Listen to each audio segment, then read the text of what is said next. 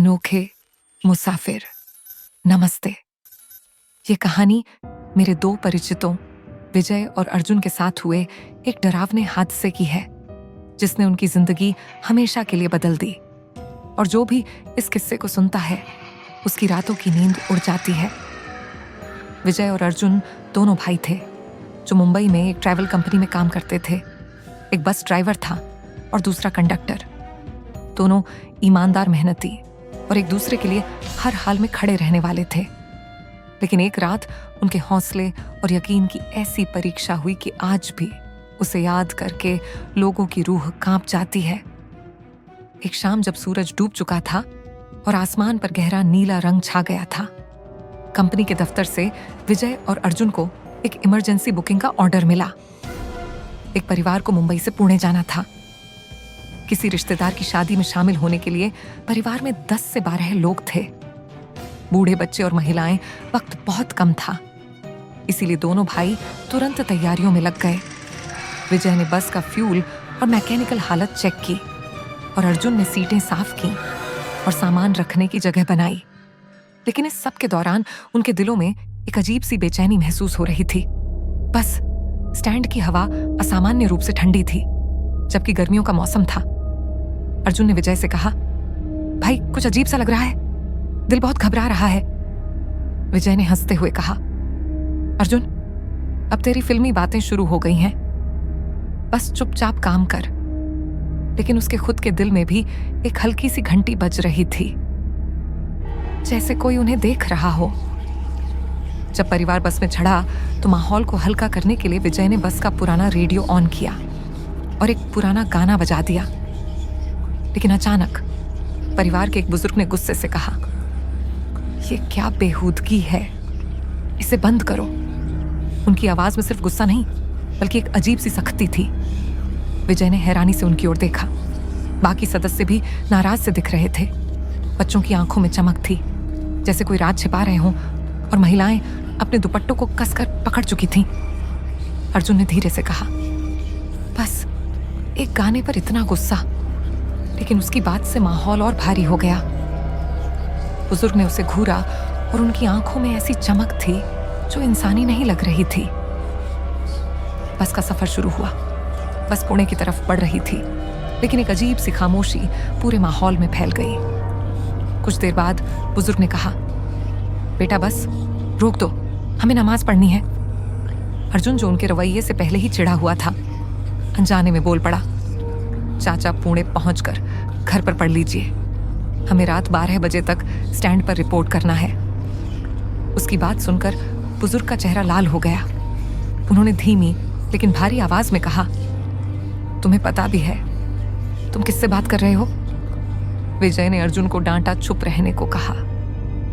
लेकिन परिवार के लोग आपस में अजीब नजरों से एक दूसरे को देख रहे थे, जैसे कोई गहरा राज उनके बीच हो। रात के 10 बजे बस पुणे के एक सुनसान स्टॉप पर रुकी। मुसाफिरों ने बिना कुछ बोले अपना सामान उठाया और उतर गए। किसी ने धन्यवाद नहीं कहा। उनकी नजरें विजय और अर्जुन पर टिकी हुई थीं, जैसे वे कुछ सोच रहे हों। विजय ने सोचा, शायद जल्दी में है, और फिर 10:15 पर उसने बस को मुंबई की ओर मोड़ दिया। रास्ता बिल्कुल सुनसान था। दूर दूर तक सिर्फ अंधेरा और बस की हेडलाइट्स की रोशनी। अर्जुन ने बस की रफ्तार बढ़ाते हुए कहा, भाई सब उतर गए, लेकिन मुझे लगता है कि बस में अब भी कोई है। विजय ने हंसते हुए कहा, हर बार तेरी यही आदत है। लेकिन कुछ मिनट बाद उन्हें अजीब सी आवाज सुनाई दी, जैसे कोई धीरे धीरे सांस ले रहा हो। अर्जुन ने पीछे देखा और उसकी चीख निकल गई। सीटें खाली थीं, लेकिन सीट पर नाखूनों के गहरे निशान थे, जैसे किसी ने जोर से खुरचा हो।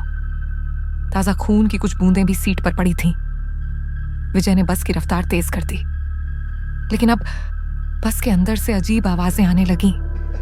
कभी हंसी, कभी रोने की सिसकियां, कभी कोई कान में फुसफुसा रहा हो। अचानक बस का रेडियो खुद ही ऑन हो गया।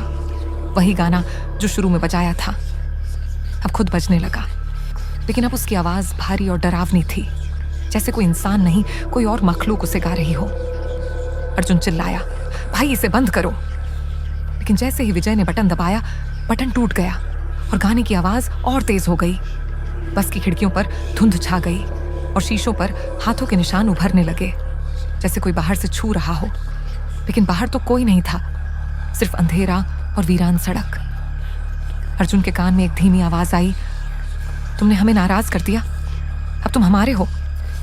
उसने डरते हुए पूछा, कौन है? लेकिन जवाब में एक डरावनी हंसी गूंजी जो बस के हर कोने से आती लग रही थी। विजय ने गाड़ी रोकने की कोशिश की, लेकिन स्टीयरिंग खुद ब खुद घूम रहा था। बस एक ऐसे रास्ते पर जा रही थी जो उन्होंने कभी नहीं देखा था। दोनों ओर घने पेड़ थे, जिनकी टहनियां बस की खिड़कियों को खरोंच रही थीं, और उन्हीं टहनियों के बीच से कुछ आंखें झांक रही थीं। रात गहराती जा रही थी। 2 घंटे गुजर चुके थे, लेकिन मुंबई का कोई नामो निशान नहीं था।